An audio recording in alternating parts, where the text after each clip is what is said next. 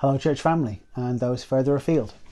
For those of you that know, my name's Rev Phil and I am the minister of Four Oaks Baptist Church. Now, as you are aware, on the 4th of July, things are set to take a huge change. This is something that affects the whole of the economy of Britain, but it also affects churches and places of worship. So in this short video, I wish to explain our response to this change. You see, there are, we think, 4 things that go on that have been set out in the guidelines that actually we feel make it nearly impossible for us to be able to do church. And let me explain. So the first one simply is government has explained that under no circumstances is there to be any singing. And this is purely down to, in the raising of the voice, the sheer quantity of droplets that are released into the air is far more than when just spoken. So there is to be no live music and no singing. Now, as you're aware, song worship is a huge part of our engagement with God at Four Oaks Baptist Church. So that's one of the reasons. One of the next reasons is again that to do with the droplet concept is to do with communion. And that is that there is to be no speech around food, which means to do communion becomes nigh on impossible under our current way of doing things. Now, it's not to say that we can't find another way to be able to do it, but under the current guidelines that are given, it does make things considerably more difficult. The third one is that there's to be no social time after the service. And again, this is to avoid multiple people in the same place and therefore heightening the chance of contagion.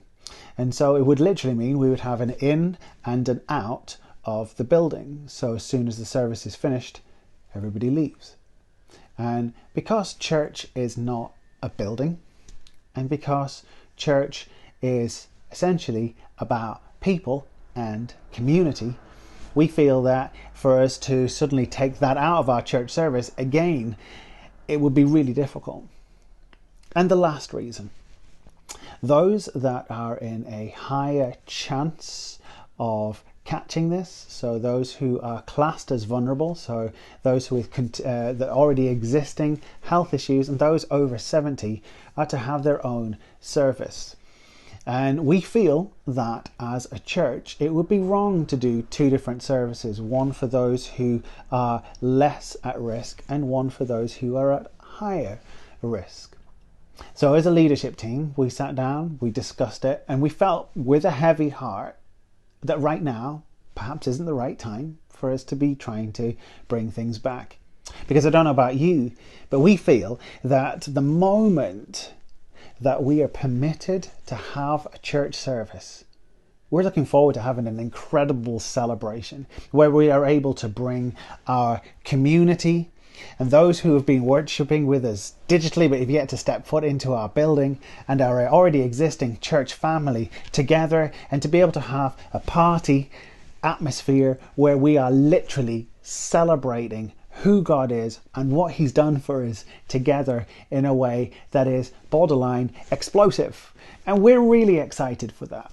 And we feel that if we attempt to try and do a church service in the here and now, that we're not doing it justice.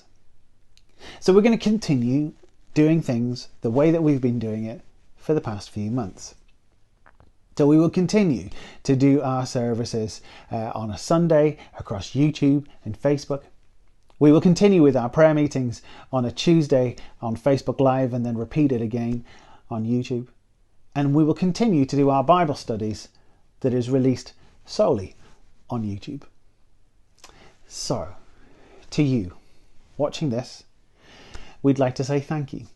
Thank you for your continual support. Thank you for your continuing patience on this.